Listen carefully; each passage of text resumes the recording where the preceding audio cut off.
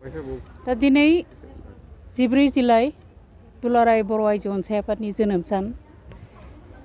बेखायनो आं दिनै सारा आसामनि बर' आइजोफोरनिसिम आंनि सिबिनाय खुलुमनाय आरो गोजोननायखौ बावहरबाय।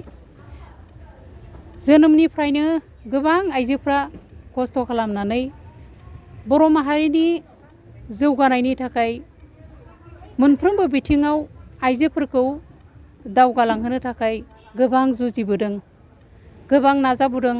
बिथांमोननिसिम आंनि गोसो गोरबोनि साबायखर बावहरदों। बिथांमोननि थुलुंगाजोंनो दिनै जोंबो समाजनि माबा मोनसे मावलांनो हागोन नामा बेखौ साननानै दिनै जोंबो ओंखारबोदों।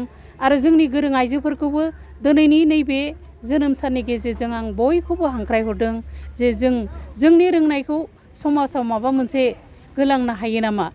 बेखौ जों जुदि बयबो बिबान लायोबा निसय जोंनि बर' माहारिनि आइजोफ्राबो जौगागोन। जिहेथु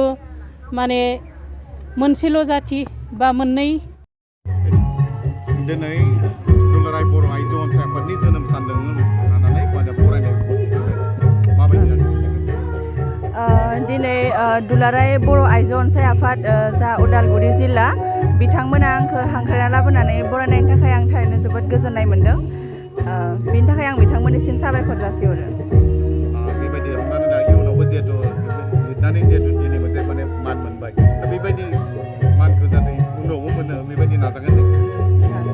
निस्सय नाजागोन। मानो होनना बुङोब्ला लिरनाय बान्था मोनबाय होननानै लिरनाया बेयावनो जोबथानानै थागोन बिदि नङा।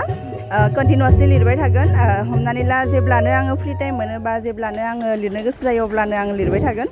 लोगोसेनो हानायसिम आङो मोनफ्रोमबो इयाराव गांफाहै बुक, सर्ट स्ट'रि जा खन्थाइनि जा आङो दिहुनलांबाय थानो थाखाय नाजागोन। उन जोलैफोरनिसिम मा होनना खावलायगोन? उन जोलैफोरनिसिम आंनि खावलायनाया बेनोखि नोंथांमोनाबो जुदि सम मोनोब्ला लिरनाय हुदायानो जा फरायनायजों लोगोसे गुबुन गुबुन खामानिजों लोगोसे लिरनाय हुदाखौबो लांफाबाय थानो हायो।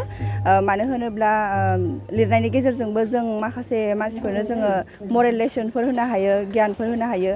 बेनि गेजेरजों जों माखासे समाज फोसाबनायनि जा बिथिं बेखौबो जोङो लिरनायनि गेजेरजोंबो लांफानो हायो। बेनि थाखायनो आङो इयुन जोलैनि जा जाखांफुनाय गथ' फंबाय बिनानावमोन बिथांमोनाबो जाहाथे लिरनायाव आखाइ होयो बा लिरनायखौ मोनसे प्रफेसन हिसाबैबो लांनो हायो। बेनि थाखायनो आं बिथांमोनखौ लिरनो थाखाय खावलायगोन, थुलुंगा होगोन।